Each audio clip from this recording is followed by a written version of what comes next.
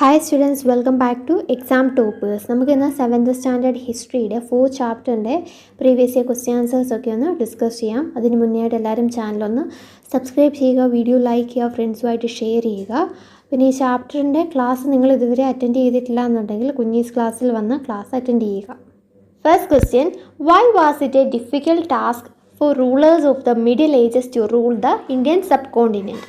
നമ്മുടെ Indian subcontinent അല്ലെങ്കിൽ ഇവിടെ ഉണ്ടായിരുന്ന ജനങ്ങളെ റൂൾ ചെയ്യാനായിട്ട് ഈ റൂളേഴ്സിന് ഇതൊരു ഡിഫിക്കൽട്ട് ടാസ്ക് ആയിരുന്നു. എന്തുകൊണ്ടായിരുന്നു?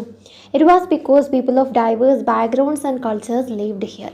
ഇവിടെ ജീവിച്ചിരുന്ന ആൾക്കാരുടെ അവരുടെ ബാക്ക്ഗ്രൗണ്ട്സ് അല്ലെങ്കിൽ കൾച്ചേഴ്സിൽ നിന്നൊക്കെ വളരെയധികം ഡൈവേഴ്സിറ്റി ഉണ്ടായിരുന്നല്ലേ. അപ്പോൾ ഇത്രയും ഡൈവേഴ്സ് ആയിട്ടുള്ള ജനങ്ങളെ റൂൾ ചെയ്യുക എന്ന് പറയുന്നത് വളരെ ഡിഫിക്കൽട്ട് ആയിട്ടുള്ളൊരു ടാസ്ക്കാണ്. കൾച്ചർ, കാസ്റ്റ്, ബാക്ക്ഗ്രൗണ്ട്, റിലീജിയൻ എല്ലാത്തിലും ഇവരൊക്കെ വെവ്വേറെയാണ്, അല്ലെങ്കിൽ വളരെയധികം വ്യത്യാസങ്ങൾ ഇവിടുത്തെ ജനങ്ങൾക്കിടയിൽ ഉണ്ടായിരുന്നു. അപ്പോൾ ഇങ്ങനെ ഡൈവേഴ്സ് ആയിട്ടുള്ള ഈ ഗ്രൂപ്പ് ഓഫ് പീപ്പിളിനെ റൂൾ ചെയ്യുക എന്ന് പറയുന്നത് വളരെ ഡിഫിക്കൽട്ട് ആയിട്ടുള്ളൊരു ടാസ്കുമായിരുന്നു. Second question, who was Genghis Khan? ആരായിരുന്നു Genghis Khan? He was the ruler of the Mongol tribes, China and Central Asia. അദ്ദേഹം ഈ മംഗോൾ ട്രൈബ്സിൻ്റെ റൂളറായിരുന്നു. Who was Babur? ആരാണ് Babur? He was the first Mughal emperor and reigned from 1526 to 1530. അദ്ദേഹം ആദ്യത്തെ മുഗൾ എംപററാണ്.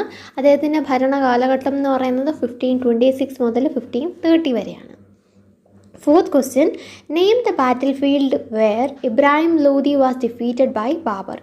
ഇബ്രാഹിം ലോധിയെ Babur defeat ചെയ്ത ആ ഒരു സ്ഥലം ഏതാണ്? Panipat. Fifth question, to whom did Babur defeat at Chanderi? ചന്ദേരിയിൽ വെച്ച് ബാബർ ആരെയാണ് ഡിഫീറ്റ് ചെയ്തത്? Babur defeated the Rajputs at Chanderi. അപ്പോൾ ആരെയാണ് അദ്ദേഹം ഡിഫീറ്റ് ചെയ്തത്? രജപുട്സിനെയാണ്. Sixth question, what force the Humayun to flee to Iran? എന്തുകൊണ്ടാണ് ഹുമയൂൺ ഇറാനിലേക്ക് പോയത്? After being defeated by Sher Khan at Chausa in 1539 and Kannauj in 1540, Humayun flood to Iran. അദ്ദേഹത്തിനെ ഷേർ ഖാൻ ഡിഫീറ്റ് ചെയ്തതിന് ശേഷമാണ് അദ്ദേഹം ഇറാനിലേക്ക് പോയത്.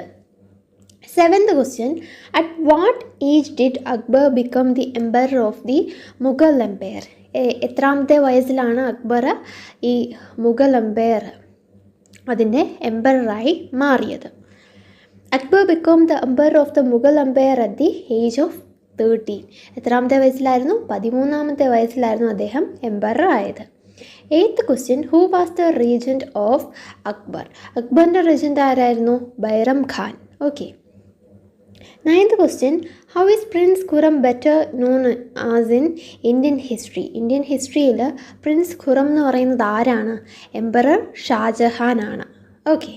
10th question, who was victorious in the conflict over succession among Shahjahan's sons? ഷാജഹാൻ്റെ മക്കൾക്കിടയിൽ ആരാണ് രാജ്യം ഭരിക്കണം എന്നൊക്കെയുള്ള ഒരു കോൺഫ്ലിക്റ്റിന് ശേഷം ആരാണ് വിജയിച്ചത്, അല്ലെങ്കിൽ ആർക്കാണ് ആ ഒരു പദവി അല്ലെങ്കിൽ ആ ഒരു പൊസിഷനിൽ എത്തിച്ചേരാനായിട്ട് സാധിച്ചത്? Aurangzeb was victorious. ആരായിരുന്നു? Aurangzeb. 11th question, who fought guerrilla warfare? ആരായിരുന്നു ഈ ഗൊറില്ല വാർഫെയർ ഫൈറ്റ് ചെയ്തത്? The Marathas fought guerrilla warfare. അപ്പോൾ ആരായിരുന്നു? മറാത്താസ്. ഇതൊക്കെ നിങ്ങൾക്ക് MCQ ക്വസ്റ്റ്യൻസ് ആയിട്ടില്ലെങ്കിൽ 1 word ക്വസ്റ്റ്യൻ ആൻസേഴ്സ് ഒക്കെ ആയിട്ട് ചോദിക്കാൻ ചാൻസ് ഉണ്ട്. ഞാനത് ഇങ്ങനെ ഈ ഒരു രീതിയിൽ തന്നിരിക്കുക. എങ്ങനെയാണെങ്കിലും നമുക്ക് പഠിച്ചാൽ പോരെ, നമുക്ക് പിന്നെ ഏത് രീതിയിൽ ക്വസ്റ്റ്യൻസ് ചോദിച്ചാലും ആൻസർ ചെയ്യാനായിട്ട് പറ്റും അല്ലേ. 12th question, what do you mean by the rule of primogeniture? Primogeniture rule കൊണ്ട് എന്താണ് നമുക്ക് മനസ്സിലാക്കാൻ പറ്റുന്നത്? Under the rule of primogeniture the eldest son inherited his father's estate. ആരാണോ മൂത്ത മകൻ ആ ആൾക്കാണ് പിന്നീട് ഈ ഫാദറിൻ്റെ സ്വത്തിൻ്റെയൊക്കെ അവകാശം, അല്ലെങ്കിൽ ഇപ്പം ഭരണമാണെങ്കിൽ പോലും മൂത്ത മകനായിരിക്കും ലഭിക്കുന്നത്. അതാണ് പ്രിമോജനിച്ചർ എന്ന് പറയുന്നത്. 13th question, what was the Timurid custom of coparcenary inheritance? ഈ തിമിറിഡ് കസ്റ്റം, കോപ്പേഴ്സിനറി എന്ന് പറയുന്ന ആ ഒരു കസ്റ്റം എന്തുവായിരുന്നു? It was A division of the inheritance among all the sons. എല്ലാ മക്കൾക്കും ആ മക്കൾക്കും തുല്യമായിട്ട് വീതിച്ചു കൊടുക്കുക. അതിനെയാണ് ഈ തിമിറിഡ് കസ്റ്റം അല്ലെങ്കിൽ കോപ്പേഴ്സിനറി എന്ന് പറയുന്നത്. 14th question. What qualities of the Mughals enabled them to extend their influence over many kings and chieftains? ഈ മുഗൾസിൻ്റെ എന്ത് ക്വാളിറ്റി കാരണമാണ് അവർക്ക് ഒരുപാട് രാജാക്കന്മാരിലേക്ക് അല്ലെങ്കിൽ ഈ ചീഫ്റ്റെയിൻസിലേക്കൊക്കെ അവരുടെ ആ ഒരു കൺട്രോൾ കൊണ്ടുവരാനായിട്ട് സാധിച്ചത്? The careful balance between defeating but not humiliating their opponents enable the Mughals to extend their influence over many kings and ചീഫ്റ്റെയിൻസ്.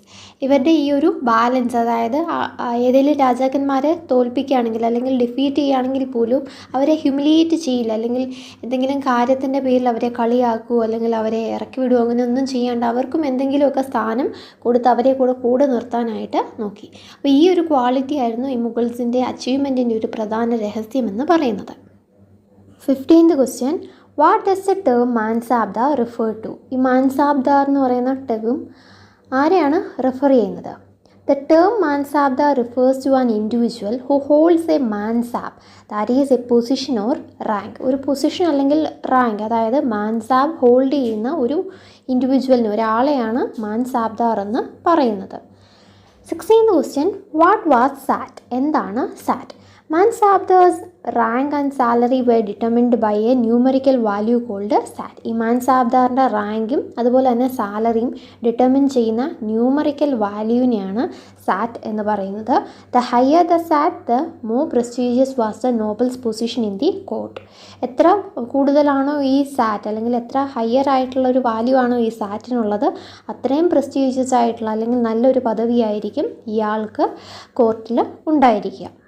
17th question. What was jagir? എന്താണ് jagir? Mansabdars received their salaries as revenue assignments known as jagirs. ഈ മാൻസാബ്ദാർസിന് അവരുടെ salaries revenue assignments ആയിട്ടായിരുന്നു ലഭിച്ചിരുന്നത്. അതിനെയാണ് ജഗീർസ് എന്ന് പറയുന്നത്. 18th question. What was സാബ്ദ്? എന്താണ് സാബ്ദ്?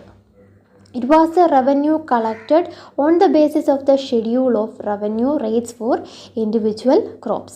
ഓരോ ക്രോപ്സിനും ഷെഡ്യൂൾ ചെയ്തിരിക്കുന്ന റവന്യൂ റേറ്റ് അനുസരിച്ച് ഈ റവന്യൂ കളക്ട് ചെയ്യുന്നതിനെയാണ് സാബ്ദ് എന്ന് പറയുന്നത്. 19th question. With whom did Akbar hold a discussion on religion? ആരുമായിട്ടാണ് Akbar ഈ റിലീജിയനെ കുറിച്ചൊക്കെയുള്ള ഡിസ്കഷൻ നടത്തിയത്? Akbar held discussions on religion with the ulama, brahmanas, Jesuit priests who were Roman Catholics and Zoroastrians. അപ്പം എല്ലാ മതത്തിൻ്റെയും ശ്രേഷ്ഠരായ പുരോഹിതരും ഒക്കെ ആയിട്ടാണ് അക്ബർ ആ റിലീജിയൻ അതിനെ ബേസ് ചെയ്തിട്ടുള്ള ഡിസ്കഷൻ നടത്തിയത്. 20th question. Watt power did the nobles exercise during Akbar's rain?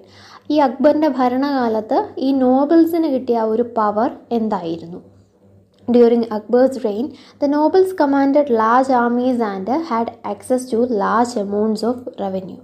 ഈ അക്ബറിൻ്റെ ഭരണകാലഘട്ടത്തിൽ ഈ നോബിൾസ് ധാരാളം ആർമീസിനെയൊക്കെ കമാൻഡ് ചെയ്തിരുന്നു, അതുപോലെ തന്നെ അവരിൽ നിന്ന് റവന്യൂവും എടുത്തിരുന്നു. Question number 21. Contrast the Mughals to their predecessors. Or how were the Mughals greater than their predecessors?